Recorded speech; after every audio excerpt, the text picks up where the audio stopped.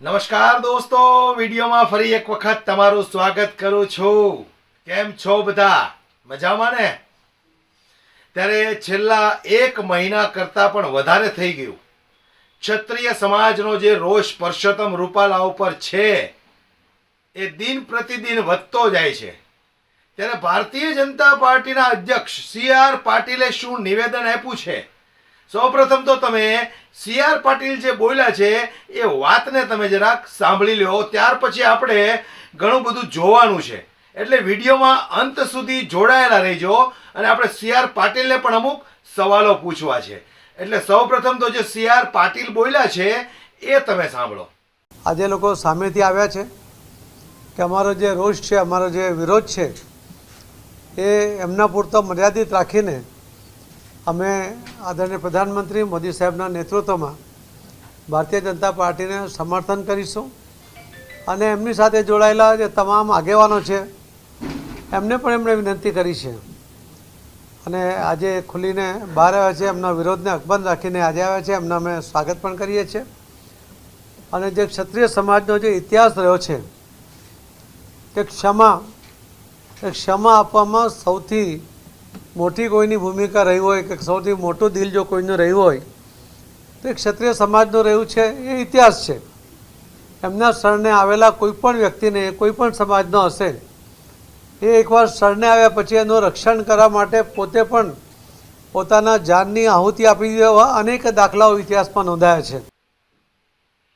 તો હું સી.આર. પાટીલને કહેવા માંગુ છું કે તમે જે રીતે વાત કરો છો કે હવે ક્ષત્રિય સમાજો આજે અમારી સાથે છે, એ લોકો સામે ચાલીને અમારી સામે આવ્યા છે, એ લોકોનું કહેવું છે કે અમારો વિરોધ પરસોત્તમ રૂપાલા સાથે છે, નરેન્દ્રભાઈ મોદી સાથે નથી। તો પછી આ ક્ષત્રિય સમાજના લોકો ભારતીય જનતા પાર્ટીની સભા હોય એ સભાને કેમ બંધ કરાવે છે? જો પરસોત્તમ રૂપાલા સાથે વિરોધ હોય તો જે જગ્યાએ પરસોત્તમ રૂપાલાની સભા ચાલતી હોય તો એ જ સભા બંધ કરાવી જોઈએ।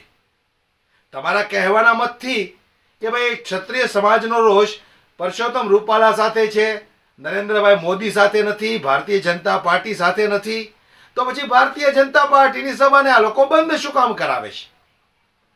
અને જે રીતે મહિલાએ વાત કરી કે કોઈ પણ સંજોગે અમે ભારતીય જનતા પાર્ટીને વોટ નહીં આપીએ, એમને પણ જરાક તમે સાંભળી લો।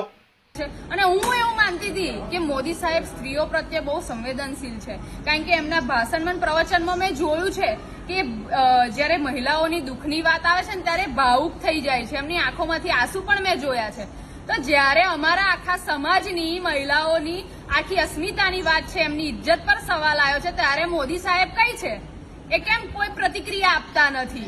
આ તો એવું થયું કે મુંહ મેં રામ અને બગલ મેં છુરી।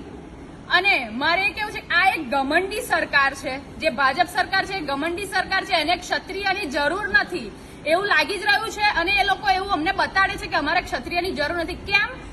તો એ લોકો એમ આ બધું જે છે સરકારી પ્રશાસનોનો ઉપયોગ કરીને એ લોકો અમારા આંદોલનને દબાવવા માંગે છે। પણ ભાઈ અમે તો ક્ષત્રિય છે ને, અમારો ધર્મ જ છે લડવું। એમ અમે ચાહે રણ મેદાનમાં લડતા હોઈએ કે ઉપવાસ પર બેસીને લડતા હોઈએ, અમારા શસ્ત્ર બદલાયા છે, અમારું લોહી બદલાયું નથી।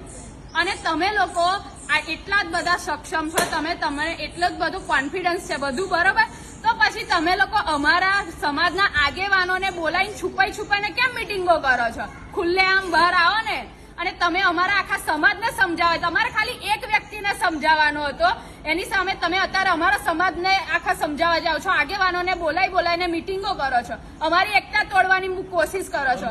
પણ જ્યારે ક્ષત્રિય સમાજ એક થાય ને ત્યારે એમાં કોઈનું ચાલશે નહીં। અને અમે બધા અત્યારે ક્ષત્રિયો એક જ છીએ। અને તમે જે તમારી પુરુષોત્તમ રૂપાલાને ટિકિટ આપીને જે તમે પ્રતિક્રિયા બતાવી છે, હવે આનું રિઝલ્ટ અમે ઇલેક્શનમાં ભાજપ વિરુદ્ધ મતદાન કરાવીને અમે અમારી પ્રતિક્રિયા બતાવીશું। જય ભવાની, જય ભવાની।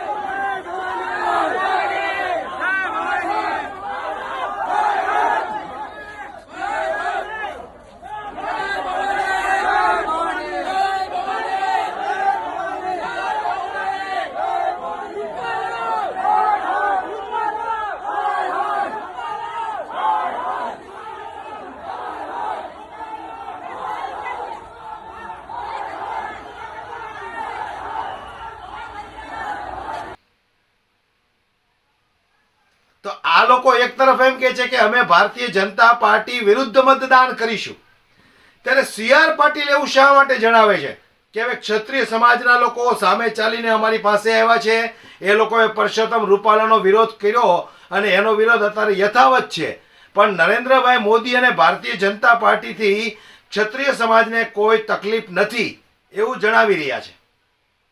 તો આમાં વિચાર કરવા જેવી વસ્તુ છે કે સાચું સી.આર. પાટીલ બોલે છે કે પછી ક્ષત્રિય સમાજના લોકો બોલે છે.